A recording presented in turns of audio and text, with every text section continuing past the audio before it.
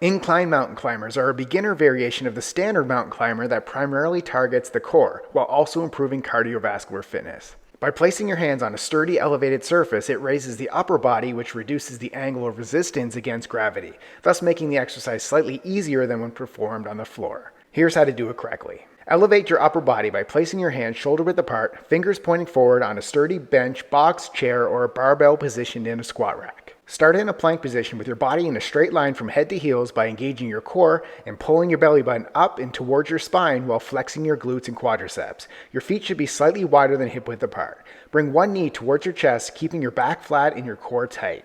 Focus on driving your knees up and in, not just swinging your legs. Return your leg to the starting plank position. Immediately bring your other knee towards your chest, again driving it up and in. Continue alternating legs in a rapid, controlled motion as if you're running in place while maintaining the plank position.